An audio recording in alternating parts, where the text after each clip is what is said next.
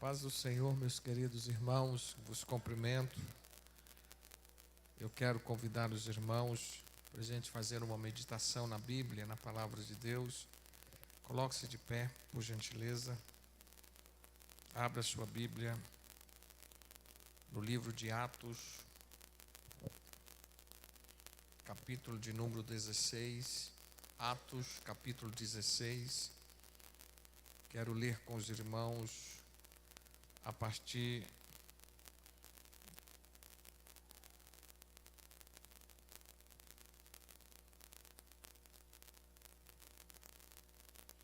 do versículo 20. Atos, capítulo 16, a partir do verso 20. Seria interessante ler todo o capítulo, mas é um pouco extenso. Eu quero ler então a partir do verso 20. E apresentando-os aos magistrados, disseram: estes homens, sendo judeus, perturbaram a nossa cidade e nos expõem costumes que nos não é lícito receber nem praticar, visto que somos romanos. E a multidão se levantou unida contra eles, e os magistrados, rasgando-lhe os vestidos, mandaram açoitá-los com varas. E havendo-lhes dado muitos açoites, os lançaram na prisão, mandando o carcereiro que os guardasse com segurança. O qual, tendo recebido tal ordem, os lançou no cárcere interior e lhes segurou os pés no tronco. E perto da meia-noite, Paulo e Silas oravam e cantavam hinos a Deus, e os outros presos os escutavam. E de repente sobreveio um tão grande terremoto que os alicerces do cárcere se moveram, e logo se abriram as portas e foram soltas as prisões de todos. E acordando o carcereiro, e vendo abertas as portas da prisão, tirou a espada e quis matar-se, e cuidando que os presos já tinham fugido. Mas Paulo clamou com grande voz, dizendo: não te faças mal, não te faças nenhum mal, que todos aqui estamos. E pedindo luz, saltou dentro e todo trêmulo, e se prostrou ante Paulo e Silas. E tirando-os para fora, disse: senhores, que é necessário que eu faça para me salvar? E disse-lhe, ou eles lhe disseram: crer no Senhor Jesus Cristo, e serás salvo tu e a tua casa. Amém? Podeis assentar. Eu li todo este texto para me chegar no verso 31. Crer no Senhor Jesus Cristo e serás salvo tu e a tua casa. Meus amados e queridos irmãos, Paulo e Silas, deixa eu me fazer aqui uma introdução a estes versículos que acabamos de ler. Paulo e Silas queriam ir de início para a Ásia. Mas em Atos 16, como eu disse, seria interessante ler todo o capítulo. No versículo 6 do mesmo capítulo que nós lemos que eles foram impedidos pelo Espírito Santo de anunciar a palavra de Deus ali na Ásia. Então, logo então que eles foram resistidos pelo Espírito de Deus, eles tentaram ir para outra cidade. E a história bíblica aí nos conta que eles tentaram ir para Betínia, mas novamente o Espírito de Deus impediu eles ir para Betínia, pregar a palavra de Deus ali. Está no versículo 7, tudo no capítulo 16. E Deus estava guiando o destino de Paulo e Silas. Era Deus que estava determinando aquilo que estava prestes a acontecer na vida deles, né? O poder sobrenatural de Deus. E é bem verdade, amados, que tem horas na nossa vida que o Espírito de Deus nos impede. Às vezes nós não entendemos, mas Ele nos impede de fazer ou de realizar, mesmo que seja a obra do Senhor. Às vezes queremos ir, mas Ele nos impede. Às vezes queremos fazer, mas Ele nos impede. E sempre quando o Espírito de Deus entra em ação desta maneira, é porque Ele tem algo sobrenatural, algo muito maior a realizar, a fazer nas nossas vidas. Porque Ele não faz isso à toa. O Espírito de Deus, Ele não trabalha sem razão, sem motivo, pelo contrário. Voltando à história. E já no versículo 8, em Atos, se você estiver me acompanhando, no capítulo 16, já o versículo 8 e o versículo 9, nós vamos ler aí, que eles foram a Troade, e Paulo lá teve uma visão. Um homem da Macedônia lhe aparece, rogando-lhe, está aí no versículo 8 e 9, e ele ouve esse clamor: passa a Macedônia e ajuda-nos. Quer dizer, Deus impediu eles ir para a Ásia, Deus impediu eles para ir para a Bitínia, né? Porque na verdade Deus tinha outro plano para a vida de Paulo e Sila. E de repente então, Paulo, segundo o versículo 8, chegando em Troade, ele logo tem esta visão de um homem fazendo este clamor: passa a Macedônia e ajuda-nos. Então Paulo foi para Filipos, uma colônia que ficava na Macedônia. Depois que ele recebe esta visão, ele vai então para a Macedônia, porque Deus havia aparecido a ele em sonho e havia determinado que então ele fosse então para a Macedônia. Já no sábado, encontramos Paulo e Sila à beira do rio. Agora já está no versículo 13. Paulo e Silas à beira do rio, falando para algumas mulheres que abrisse os seus corações para a palavra de Deus. Eu não vou ler, mas do versículo 13, eu estou me acompanhando aqui na Bíblia, o versículo 13 ao versículo 16, tudo isso para mim chegar lá no verso 31, tá? Do versículo 13 ao 16, talvez eles estivessem pensando assim: eu penso, se tivéssemos ido para a Ásia, poderíamos ter alcançado, quem sabe, muitas pessoas, mas Deus nos traz aqui só para falar somente para essas mulheres. Isso é pensamento meu. Porque a Ásia, com certeza, seria o lugar aonde, quem sabe, muitas pessoas estariam ouvindo a palavra do Senhor. Mas agora eles estão ali à beira daquele rio, com poucas mulheres, perto de um rio. Nem sequer, queridos, eles estavam falando em uma sinagoga, num templo, mas eles estavam ali à beira de um rio. Deus tem propósito em tudo, queridos. Eu acho lindo o projeto de Deus, porque nada na vida do salvo e daquele que está na vontade de Deus acontece por acaso, não. Às vezes Deus tira de nós certas ocasiões, certas oportunidades, porque eu repito, porque Ele tem algo maior a fazer, e às vezes nós não entendemos. Vamos continuar então o nosso passeio aqui no capítulo 16 de Atos, aonde nós escolhemos para nós nesta noite. Pois bem, eles não estavam em uma sinagoga, mas eles estavam ali à beira do rio. E como já disse, Deus tinha um plano com isso.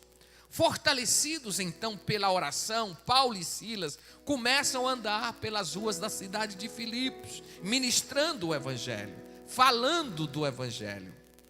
E desde então, que eles tomam esta posição, sai pelas ruas de Filipos, anunciando o reino, anunciando a palavra de Deus. Com certeza isso incomodou o inferno. Satanás se levanta, o inimigo se posiciona, incomodou Satanás. Mas quando então Deus começa a mover naquela cidade, e dentro do próprio texto diz, de pessoas se rendendo a Cristo, de uma mulher adivinhadora, também sendo liberta, tudo isso aí está no capítulo 16. Então quando Deus começa a mover, isso incomoda o inferno. Satanás levanta e começa a usar os seus vasos, porque assim como Deus também tem vasos, preste bem atenção nisso, o diabo também tem os seus vasos, ele usa os seus vasos. E é bem verdade, amados, que Satanás não ficou satisfeito com aquela atitude de Paulo e Silas, pregando nas ruas de Filipos e anunciando o reino de Deus. E vendo o que Deus estava fazendo na cidade de Filipos, aconteceu que uma menina endemoniada Ela começou a criar um tumulto aonde quer que os discípulos fossem ou chegassem. Por fim, Paulo lidou com esse contratempo, expulsando este espírito desta menina, e isso com certeza chamou a atenção de todos os moradores da cidade de Filipe. Esta é a maneira correta de os cristãos e todos nós, com certeza, agir diante das situações que aparecem diante de nós, principalmente no mundo espiritual. Pastor, o que o senhor quer dizer com isso? Deus nos leva, amados, a situações que nós não temos outra alternativa, que é de realmente usar o poder do nome de Jesus, né, e repreender, expulsar toda a artimanha, todo o laço do inimigo que porventura ele está armando. Vocês vão entender o porquê eu estou dizendo isso daqui a pouquinho. Continuando o meu raciocínio, e em lugar aqui de tentar livrar, né, de manipular ou ainda analisar aqui de forma psicologicamente, né, esse manifestar desse demônio na vida desta menina aqui, a atitude de Paulo irritou aquela menina ou aquela mulher. Como assim, pastor? Olha, visto que ela estava sendo usada para enriquecer muitos daquela cidade, estava tirando proveito dela. Vocês conhecem a história, eu não vou entrar aqui em detalhe. Estava enriquecendo muitos magistrados, estava enriquecendo muitos políticos, quem sabe. Estava enriquecendo muitos poderosos da cidade de Filipe. E Paulo agora expulsa o demônio daquela menina ou daquela mulher. Ela é liberta. Eles deixam de receber o lucro. Eles deixam de receber, né, a propina, vamos assim dizer. Vamos assim colocar. Os seus negócios, quer dizer, Paulo vem e joga areia no negócio. Causou realmente um levante. Não, vamos prender esse homem. Vamos jogar este homem na prisão. Porque ele está atrapalhando os nossos negócios. A atitude de Paulo irritou os senhores daquela época. Não só, né, a menina, quando ele confrontou ali a menina no poder do nome de Jesus, mas os demônios, mas também os senhores daquela época, visto que ela estava sendo usada, repito, para enriquecer aqueles senhores ali da cidade de Filipos.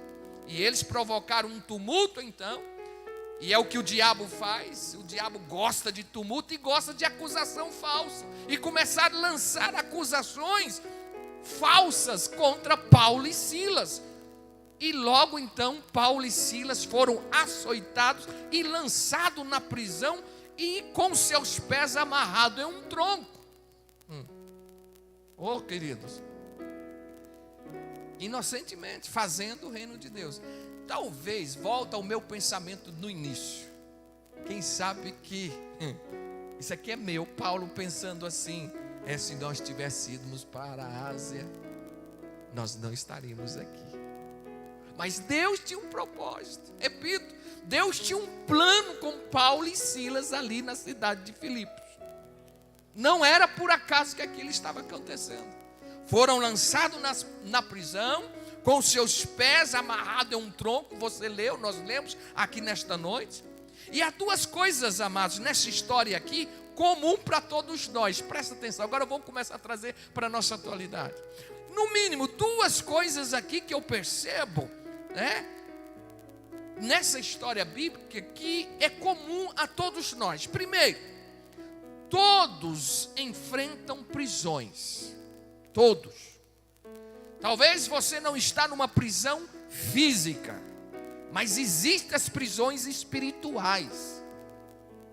E é lamentável dizer, mas é verdade, tem muitos cristãos que estão presos espiritualmente, amarrados.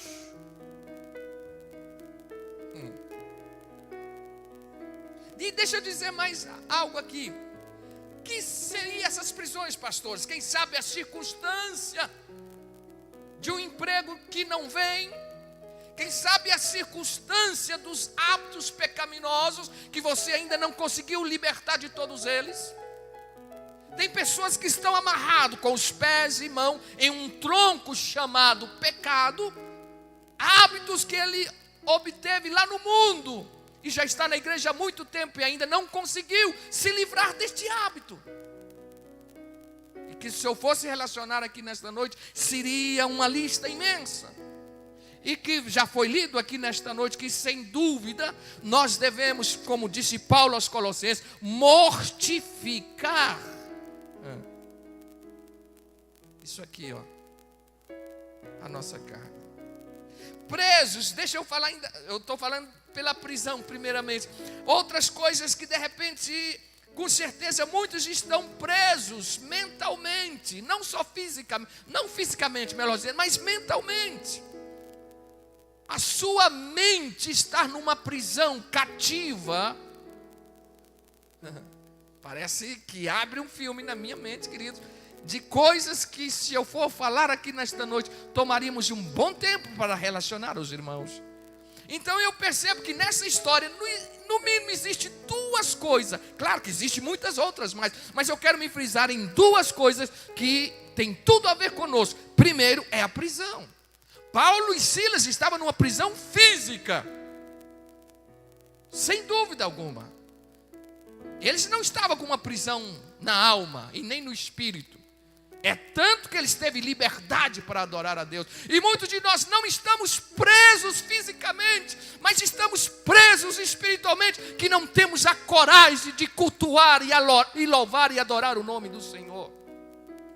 Aqui mesmo nesta noite tem pessoas que entraram nesta porta, e eu não preciso aqui de uma bola de cristal para dizer isto, que vieram e que até agora o culto já está para terminar, ele não prestou uma adoração a Deus, porque ele está preso, a sua alma está presa, a sua mente está presa ao pecado. Pastor, que é isso? É verdade, queridos. Ele ainda não percebeu que ele precisa de se libertar para adorar, para cultuar. Paulo e Silas estavam presos fisicamente, mas a sua alma estava livre, e eles à meia-noite cantavam e adoravam ao nome do Senhor.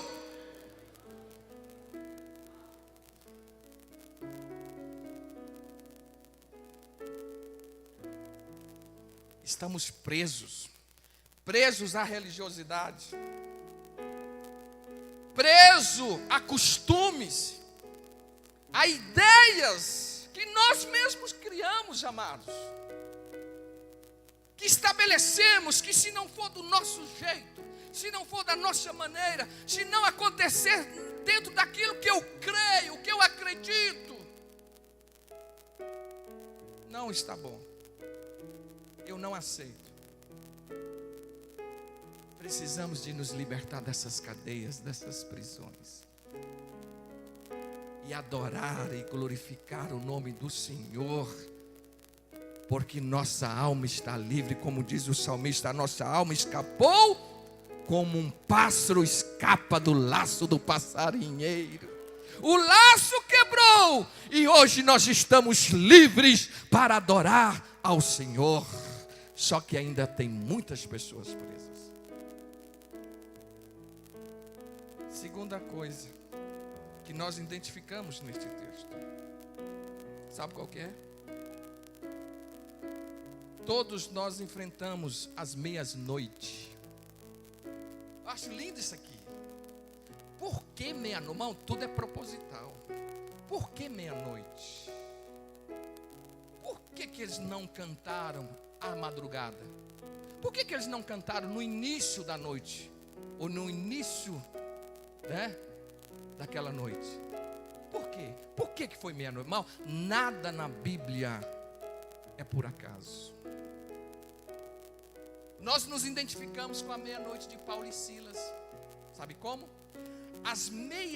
A meia-noite na vida hoje nossa representa os desafios, as trevas que nos cercam.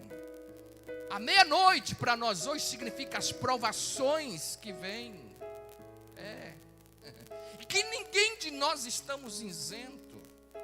Tem momento que parece que nós estamos em densas trevas que escurece tudo. Você não vê saída, você não vê solução.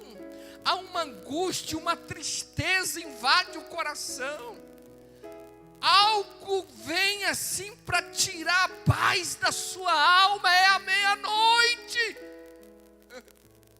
É a enfermidade que bate e tira de você o sossego e a saúde. É a meia-noite. Nós identificamos com Paulo e Silas.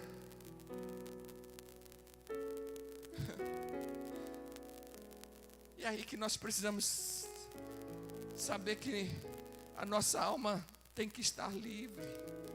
Não pode haver cativeiro, porque senão a meia-noite vai vir e nós vamos nos desesperar, arrancar o cabelo da cabeça, chutar o balde, arrebentar tudo e destruir quem tiver pela frente. Mas saiba de uma coisa, Paulo e Silas, à meia-noite, em vez de murmurar, em vez de queixar, em vez de falar mal, eles adoravam e glorificavam ao Deus eterno.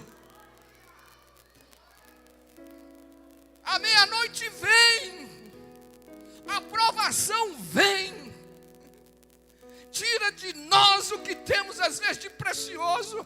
E agora vamos parar, vamos estacionar, vamos escabelar todo e desesperar. Não, aprendamos com Paulo e Silas. Adore, adore, adore, adore, adore, adore ao Senhor, que o sobrenatural de Deus virá sobre a sua vida, assim como veio sobre a vida de Paulo e Silas. As cadeias vão se quebrar. Quando menos você esperar, o anjo vem, as portas abrem. Como um controle remoto, as portas da prisão se abriram. E Paulo e Silas, e não só Paulo e Silas, o texto diz que todos aqueles que estavam presos naquela prisão foram libertos naquela noite. Saiba de uma coisa, não só você vai ser abençoado, mas todos aqueles que estiverem em sua volta verá o sobrenatural de Deus sobre a sua vida. Deus maravilhoso. Deixa eu chegar no verso 31. E é bem verdade, queridos irmãos, que nós identificamos tanto com isso aqui, que isso é tão real.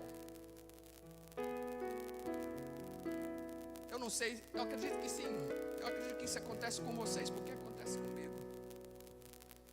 Hora e outra, a meia-noite vem assim sobre a vida da gente e bate aquele sentimento. Aquele sentimento de que estamos, às vezes, sendo encurralados. Sentimos assim como se estivesse sendo encurralado, pressionado, porque o sistema que nós estamos nele nos pressiona, cobra muito, exige muito. Não só o sistema mundano, mas muitas das vezes o sistema religioso que nós criamos. Não que a Bíblia criou, porque eu aprendo que o jugo de Jesus é leve, é manso, é suave. Mas o que o homem coloca é pesado. Prende, causa tristeza e angústia.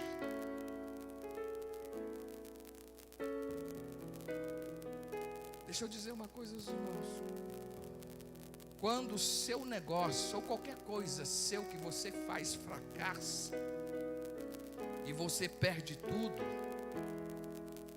é a meia-noite. Olha, quando os seus amigos te abandonam, até mesmo os seus irmãos na fé te abandonam, é a meia-noite. E vou mais além, quando o seu casamento, vou entrar agora na família, no verso 31, quando o seu casamento é destruído, ou você perde tudo, é a meia-noite. Quando o seu filho está com aquele momento de rebeldia, não quer vir mais à igreja, é a meia-noite. Quando as portas fecham, é a meia-noite. Quando o seu marido diz, não quero mais a igreja, é a meia-noite. Eu disse, eu vou relacionar aqui. É a meia-noite. É a meia-noite. E nós vivemos esta meia-noite. passamos esta meia-noite. Você pode, agora eu quero dar um conselho da parte de Deus, e eu falo isso não só para os irmãos, para mim também nesta noite. Nós podemos confiar em Deus, amados, em qualquer circunstância. Vou repetir. Nós podemos confiar em Deus em qualquer circunstância, mesmo preso. Paulo e Silas, mesmo presos, eles confiaram, acreditaram que Deus estava naquele negócio. É difícil às vezes de acreditar que Deus está nisso, né, meu irmão, minha irmã? Que você passa, que você está passando. Mas precisamos de acreditar como servos de Deus, de que Deus está no controle, que Ele está no governo, e que Ele sabe de todas as coisas.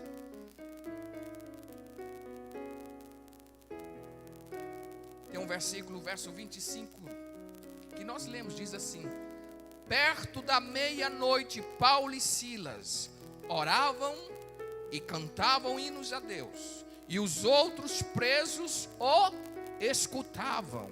E de repente sobreveio um tão grande terremoto que os alicerces do cárcere se moveram, e logo se abriram todas as portas, e foram soltos as prisões de todos. Lembre-se de que Paulo e Silas estavam em Filipos, designados por Deus.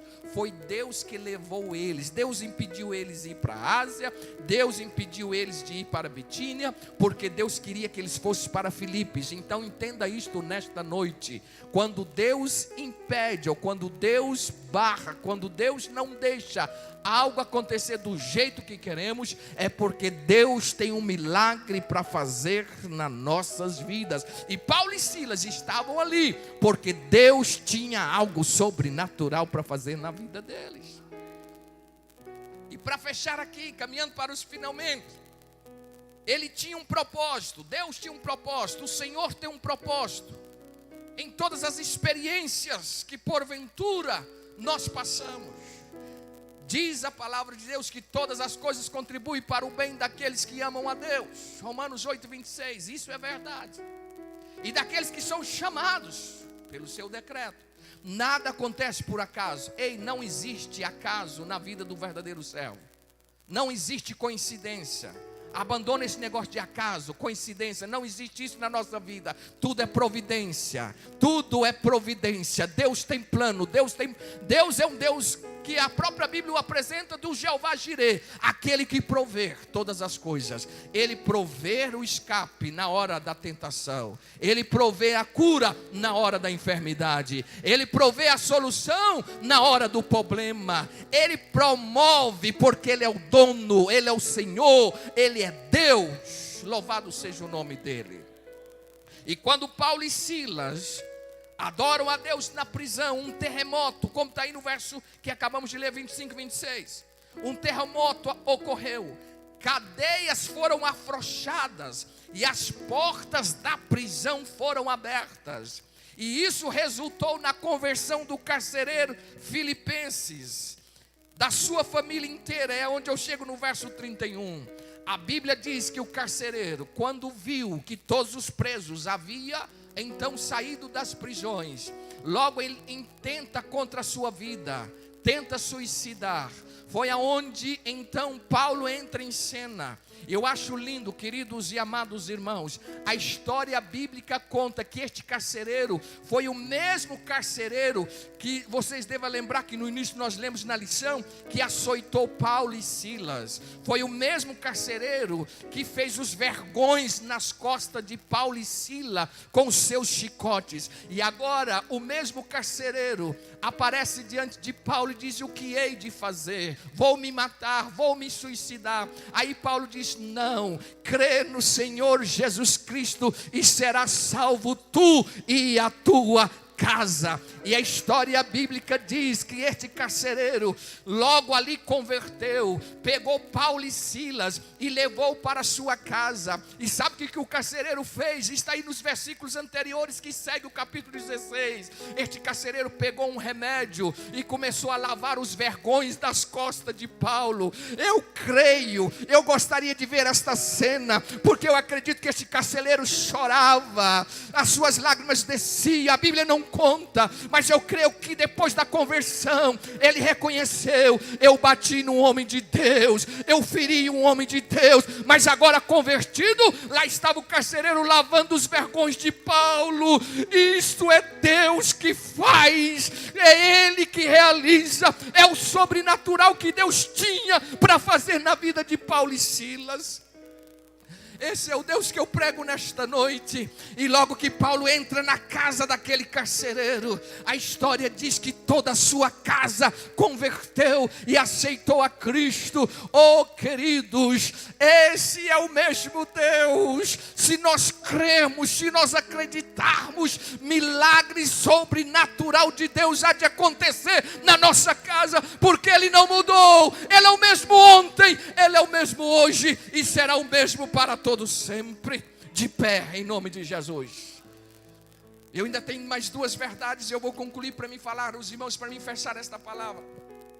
Quando você adora a Deus à meia-noite, lá nas profundezas da prisão, como Paulo fez, entenda isso.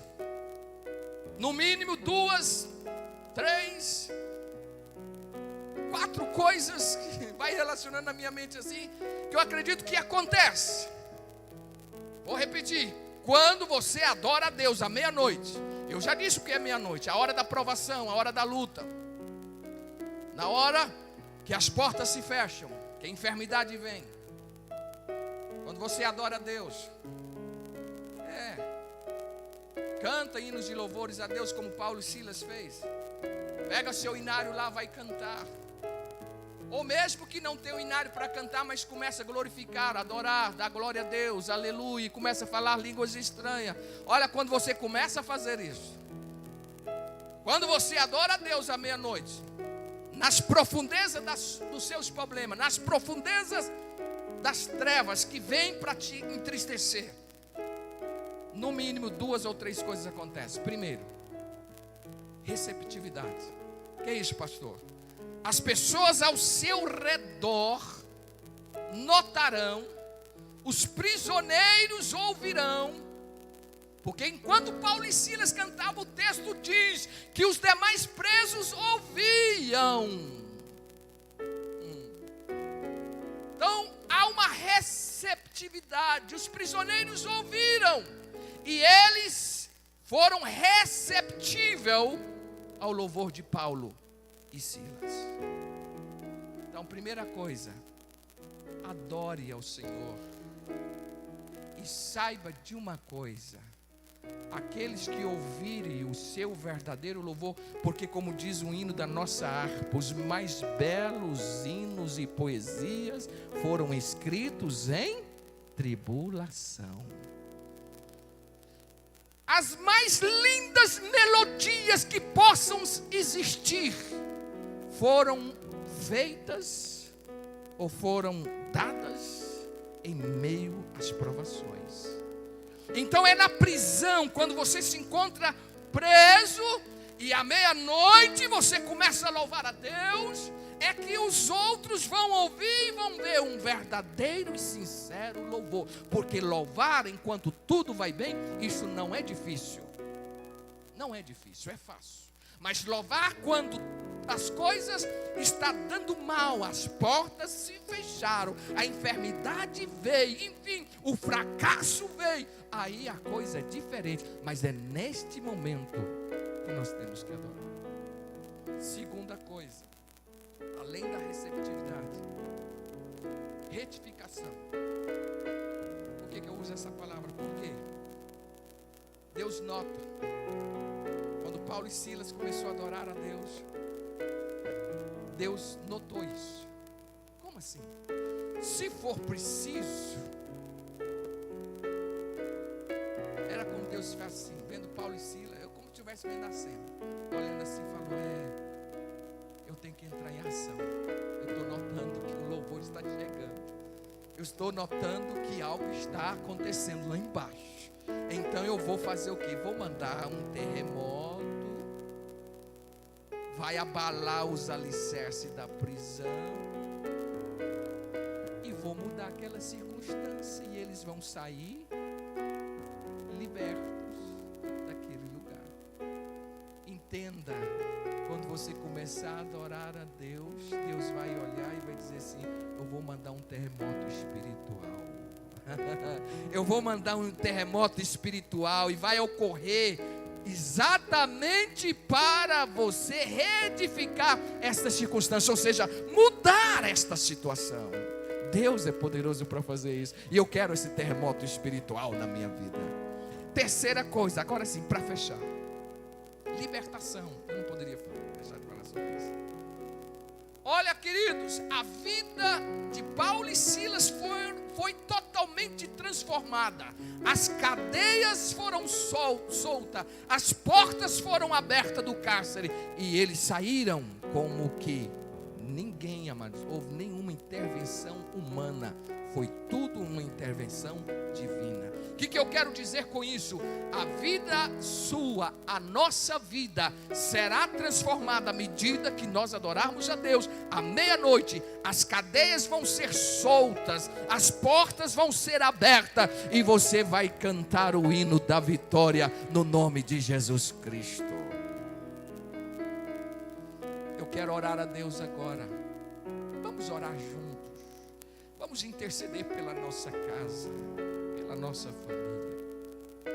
Não há necessidade de dizer que nós temos necessidade urgente, grande, de que Deus venha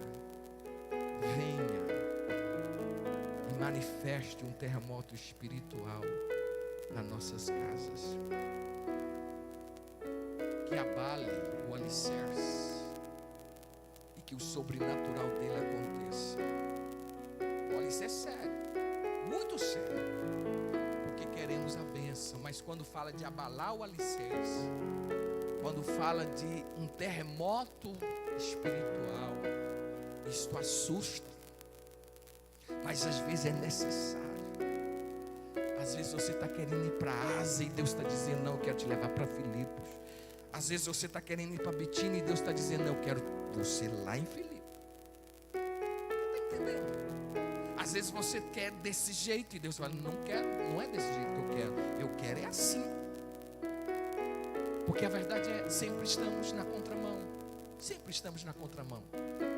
O profeta Isaías já dizia, já há muito tempo disse isso: os vossos pensamentos não são os pensamentos de Deus, os vossos caminhos também não são os caminhos dele. Os caminhos dele são muito mais altos, os pensamentos dele são muito mais altos do que os pensamentos de vocês. Assim diz o profeta. Entendamos isto, querido.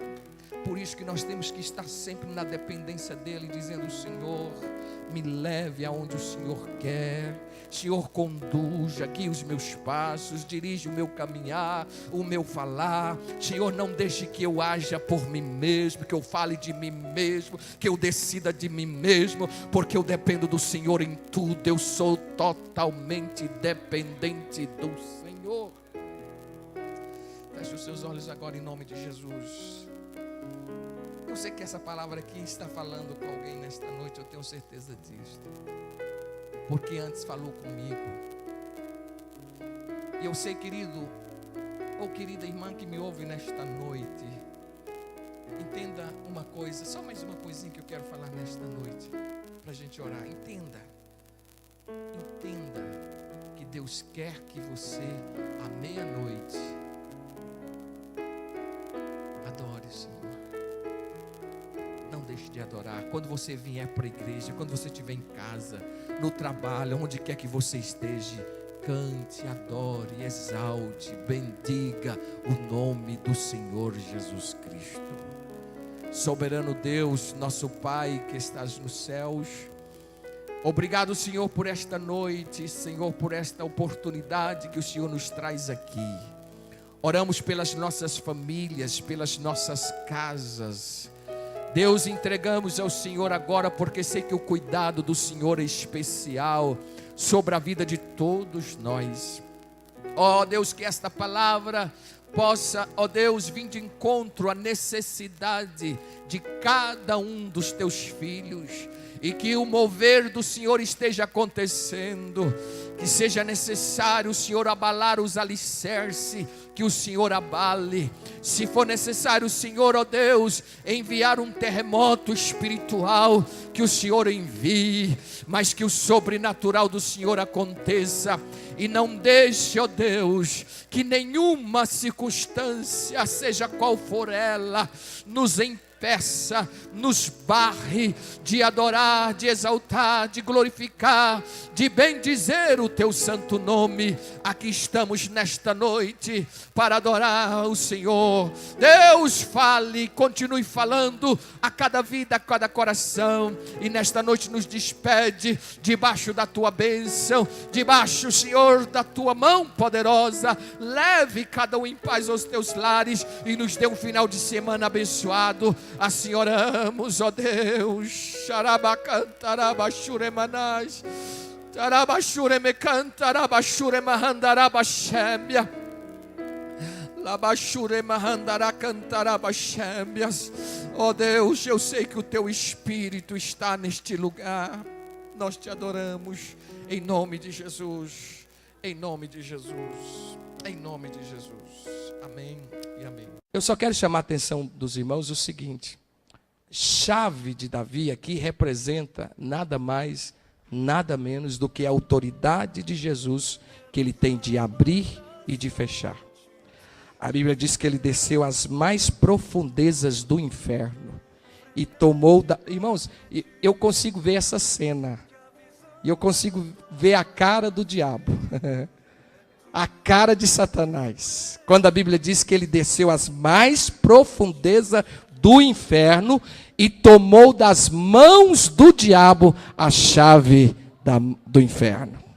Isso significa que Jesus tem autoridade para abrir e para fechar. É Ele que abre e é Ele que fecha. É Ele que abre e é Ele que fecha.